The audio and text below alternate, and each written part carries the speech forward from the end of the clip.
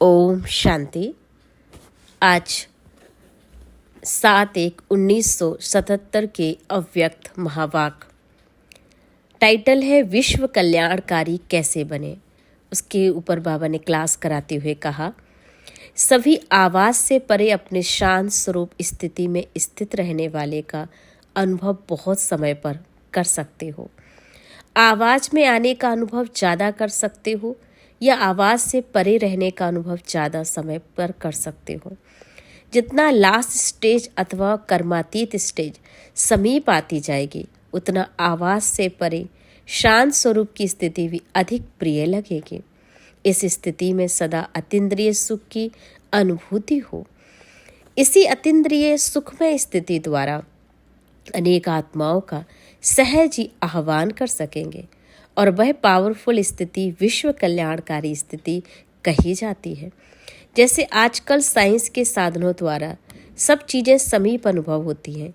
दूर की आवाज़ टेलीफोन के साधन द्वारा समीप सुनने में आती है। टीवी दूरदर्शन द्वारा दूर का दृश्य समीप दिखाई देता है। ऐसे ही साइलेंस की स्टेज द्वारा कितनों को भी दूर रहते हुए आत्मा को संदेश पहुंचा सकते हो। वो ऐसे अनुभव करेंगे जैसे साकार में सम्मुख किसी ने संदेश दिया। दूर बैठे हुए भी आप श्रेष्ठ आत्माओं के दर्शन और प्रभु के चरित्रों के दृश्य ऐसे अनुभव करेंगे जैसे कि सम्मुख देख रहे हो। संकल्प के द्वारा दिखाई देगा, अर्थात आवाज से परे संकल्प की स्थिति का पार्ट बजाएंगे। लेकिन इस सिद्धि की विधि ज़्यादा से ज़्यादा अपने शांत स्वरूप में स्थित होना होगा। इसलिए कहा जाता साइलेंस इज गोल्ड होता है। साइलेंस का जो पावर है वो गोल्ड के समान है और यही गोल्डन एजेड स्टेज कही जाती है। इस स्टेज पर स्थित रहने से कम खर्च वाला नशीन बनोगे। समय समीप रूपी खजाना, एनर्जी का खजाना, स्थूल खजाना में कम खर्चा वाला नशीन हो जाएंगे। इसके लिए एक शब्द याद रखो और वह कौन सा है? बैलेंस। हर कर्म में, हर संकल्प, हर बोल, संबंध व संपर्क में बैलेंस हो तो बोल, कर्म, संकल्प, संबंध व संपर्क साधारण के बजाय अलौकिक दिखाई देगा, अर्थात चमत्कारी दिखाई देगा। हर एक के मुख से, मन से यही आवाज निकलेगा, यह तो चमत्कार है। समय के प्रमाण, स्वयं के पुरुषार्थ की स्पीड, विश्व सेवा की स्पीड तीव्र गति से समीप होगी, तभी बाबा ने कहा विश्व कल्याणकारी बन सकेंगे। तो विश्व के अधिकतर आत्माएं बाप की और आप इष्ट देवताओं की प्रत्यक्षता का आह्वान ज़्यादा कर रही हैं और इष्ट देव उनका आह्वान कम कर रहे हैं। इसका कारण क्या है? अपने हद के स्वभाव संस्कारों की प्रवृत्ति में बहुत समय लगा देते हो।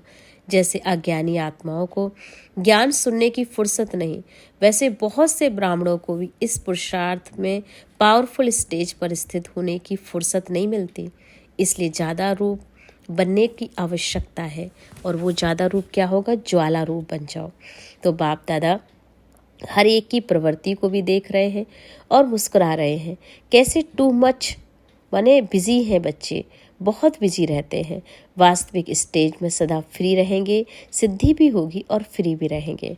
जब साइंस के साथ धरती पर बैठे हुए भी, स्पेस में गए हुए भी यंत्र को कंट्रोल कर सकते हैं, जैसे चाहे वहाँ मोड़ सकते हैं, तो साइलेंस की शक्ति स्वरूप इस साकार सृष्टि में श्रेष्ठ संकल्प के आधार से जो सेवा चाहे, जिस आत्मा की सेवा करना चाहे वो नहीं कर सकते।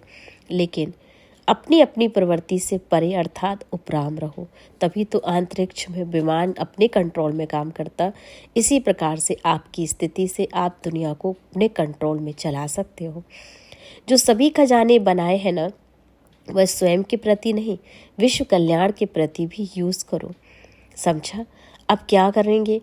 आवाज द्वारा सर्विस, स्थूल साधनों द्वारा सर्विस, आवाज से परे सूक्ष्म साधन द्वारा की श्रेष्ठ संकल्प शक्ति द्वारा सर्विस का बैलेंस प्रत्यक्ष रूप में दिखाओ, तब विनाश का नगाड़ा भी बचेगा। समझा?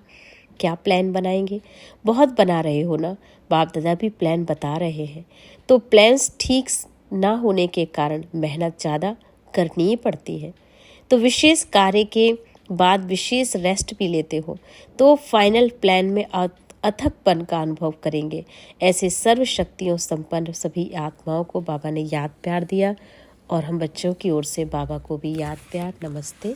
शुक्रिया बाबा, शुक्रिया। ओम शांति।